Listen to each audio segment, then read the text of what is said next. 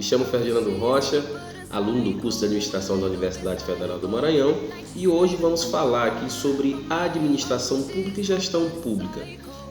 A diferença básica entre a administração pública e a gestão pública é que a gestão pública, o gestor, ele tem uma prática voltada ao aspecto político-administrativo de uma equipe ou uma empresa, e em que as relações pessoais e de rotina elas estão envolvidas no processo como um todo. Já a administração, por sua vez, é usada para guiar um projeto, uma empresa a objetivos específicos. Na sua formação você vê a diferença que a administração pública, o administrador público, ele tem vamos dizer, que ele é uma profissão regulamentada, e o gestor público não, os cursos, uma graduação normal, um bacharelado, e o outro, o gestor público, é um curso mais tecnólogo e tem essas funções já ditas anteriormente.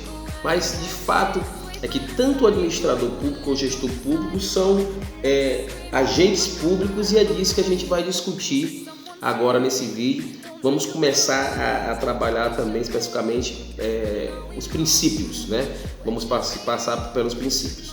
Os princípios da administração pública, a gente tem a sigla LIMP, onde está resumido e enquadrado aí os princípios básicos da administração pública.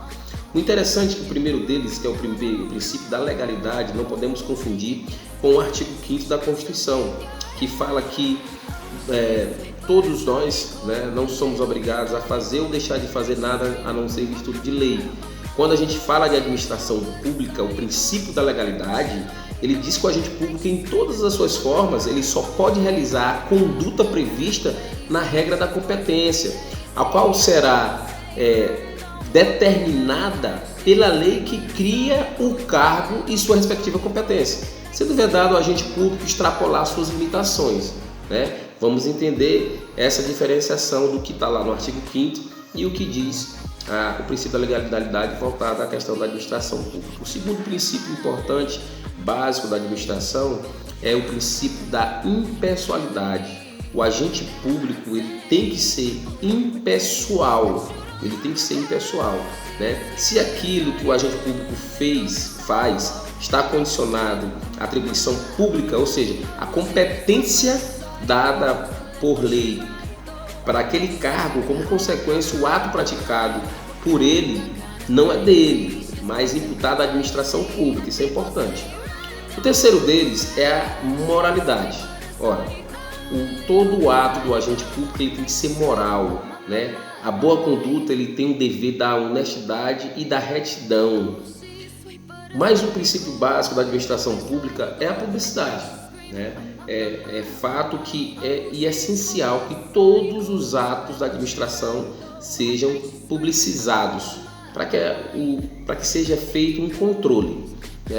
E por último a gente tem o princípio da eficiência. A administração pública, em seus respectivos agentes públicos e seus respectivos agentes, eles devem procurar o melhor resultado em menor tempo, com o menor custo. Esse é o princípio da eficiência. Então temos aí esses princípios básicos, são 5, legalidade, impessoalidade, publicidade, moralidade e eficiência dentro da administração pública. Muito bem, na administração pública, a burocracia e os modelos de gestão de administração na história brasileira foram instituídos 3 tipos de gestão pública. A primeira delas é a administração patrimonialista. Foi muito empregado nos estados absolutistas que a nobreza era proprietária das melhores terras. Na administração patrimonialista não havia uma diferenciação entre o que era público e privado por parte dos governantes. Os cargos públicos eram exercidos apenas por pessoas de confiança do rei, E em geral o governo era composto por familiares e pessoas que tinham os mesmos interesses monarcas, Não havia uma preocupação em utilizar os recursos públicos em favor da coletividade.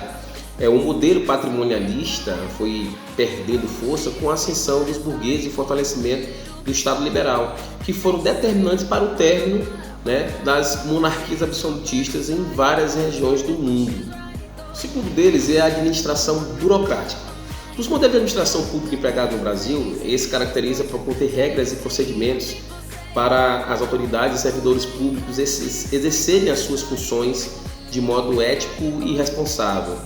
No Estado burocrático, a divisão de responsabilidade abrange a hierarquia e a especialização para que os serviços sejam impessoais. Em outras palavras, as atividades governamentais devem favorecer a todos de maneira indistinta. Essas práticas se identificam com o Estado liberal, pois as ideias republicanas valorizam a democracia e a necessidade de poder, ser exercido por pessoas escolhidas pelo povo. Na administração burocrática, os gestores públicos cuidam do patrimônio e tomam decisões pensando no bem comum. A terceira delas é a administração gerencial. O modelo burocrático apresentou uma grande evolução no estilo de gerenciamento dos serviços e do patrimônio público em relação ao patrimonialista. Por outro lado, a sociedade apresentou, a partir do século XX, uma evolução tecnológica muito grande, que também impactou na forma de a população se relacionar com o Estado. Esse aspecto fez com que o setor público ele passasse a enfrentar mais dificuldades para suprir as demandas da sociedade. A nova conjuntura ela criou um ambiente de iniciativa privada, que está mais presente em atividades ligadas ao Estado, como a saúde e a educação, por exemplo. Tudo isso fez com que os gestores públicos passassem a adotar um modelo gerencial que consiste em um esforço do Estado para ser mais eficiente e buscar melhores resultados. Essa mudança favoreceu no Brasil o surgimento de agências reguladoras, no final do século passado. Daí podemos também atribuir a relação entre o público e o privado.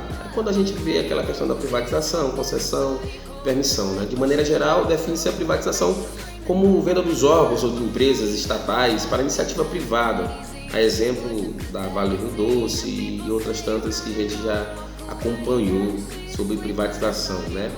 E geralmente isso é feito por leilões públicos. Já na concessão, a transferência ela é temporária, a empresa ela tem prazos definidos que podem ou não ser renovados, além de regras para explorar o serviço. Daí nós temos como mecanismo de escolha de oportunidades para a administração os processos licitatórios, a licitação. Antes, regida pela 8.666, está sendo reformulada, está sendo um processo de mudança, faltando a sanção, mas se muda algumas regras dos processos licitatórios, alguns valores, alguns prazos estão sendo reformulados. O certo é que a licitação ela visa garantir a observância do princípio constitucional, que é da isonomia, e selecionar a proposta mais vantajosa para a administração, ou seja, a que melhor atenda de maneira objetiva ao interesse de serviço. Baseado nisso tudo, a gente tem a questão do orçamento público e a sua execução. Você não pode somente licitar se você não orçar e tiver regras para executar esses serviços ou obras. O orçamento público ele também pode ser elaborado com a participação direta da população, e aí a gente vai ver os planos públicos anuais, as leis de diretrizes orçamentárias que são discutidas com a participação da população. Nesse modelo, o cidadão ele debate, discute as prioridades dos seus bairros, da sua cidade, de investimento em obras e serviços a serem realizados. O orçamento participativo normalmente é realizado na esfera municipal, e o controle dessa administração pública, que a gente chama de controle administrativo, que é todo aquele que o executivo e os órgãos de administração dos demais poderes exercem sobre as próprias atividades. Ele visa ali manter dentro da lei, segundo as necessidades do serviço, as exigências técnicas e econômicas da sua realização, pelo que é um controle de legalidade e de mérito. E aí a gente traz algumas perspectivas da administração a nível de Brasil.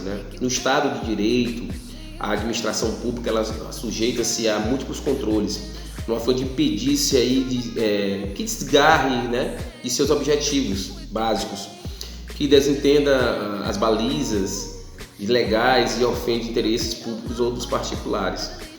Assim, são concebidos diversos mecanismos para mantê-la dentro das trilhas que está sujeitada. Nesse sentido, é preciso estar atento aos controles que são impostos à administração pública, levando em conta, por exemplo, conforme diz Mello, lá em 2007, que são previstos controles da legitimidade que devem ser realizados por outros braços do Estado, como o Legislativo, que é realizado por si próprio, né, ou ainda com a ajuda do Tribunal de Contas, que são órgãos de controle, e ainda o Judiciário, que atua sob a provocação dos interessados, ou do próprio Ministério Público, que tem essa função de investigação, né, de saber como é que andam esses atos públicos e a própria administração.